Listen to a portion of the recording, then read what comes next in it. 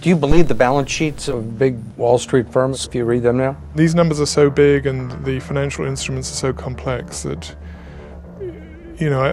nobody stands a chance really of understanding. I'd have more fun investing in crap tables in Las Vegas than Wall Street firms. We have no idea who our overlords are.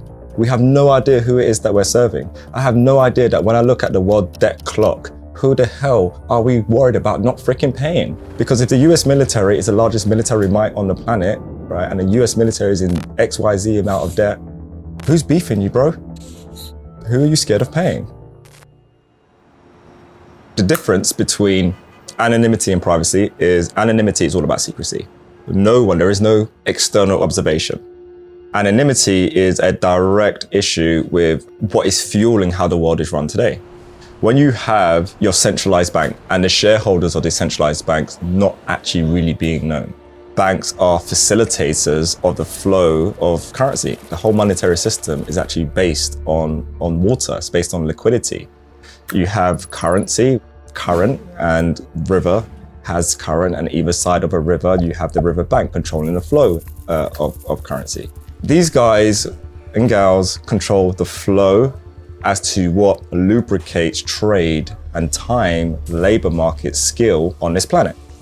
So we have all of this clouded, almost mysticism around our monetary system because fundamentally, because it's built on complete secrecy, you have to create this noise and this distortion that keeps the population trapped into that noise and not asking the simple questions, which are, what the hell is really actually going on? Because if we had sight, if we had transparency, I wouldn't need to ask the question. Because the simple explanations are, if you have transparency, all of that stuff falls away. The noise falls away, the confusion falls away, because that's all it is a freaking facade.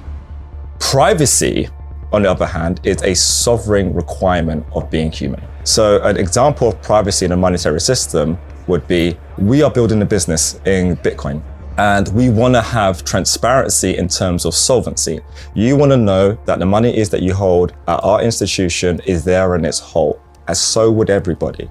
So that's a good thing, because right now, if we go to Barclays Bank and I say, can I have £10,000 out of my own bloody account? Direct answer is simply no. I have to give 24 hours notice. And the reason being is because their liquidity levels are only known by them. And they're shuffling things around all the time based on the input of requirements of how many people are coming to withdraw funds, okay? So that's the benefit of having a secrecy-based service, because the only time that you get answers to why they were shuffling things around were on a quarterly basis based upon audits.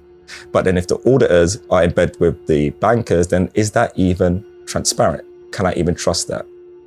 Did these quarterly reports represent to investors a fair, accurate picture of the company's financial condition? In our opinion, they did not.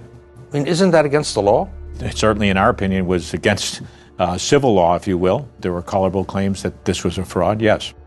But I appreciate that as a corporation, as a business, I have trade secrets. I have competitors. I don't want competitors to be exposed to my trade secrets. So to conduct business in a private way and maintaining your right, your sovereignty is incredibly positive. It's a requirement. IP, patents, land, all of these things require privacy. And the only way that privacy is unwound is if you go back to law, order, society. If I break the law, through court adjudication process unwinds the privacy aspect. But there's a process.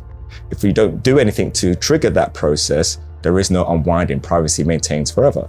And the way to make that process very efficient is you have the law system communicating directly on this system being Bitcoin. And that way the law cannot be manipulated to unlock boxes, because that's a concern as well.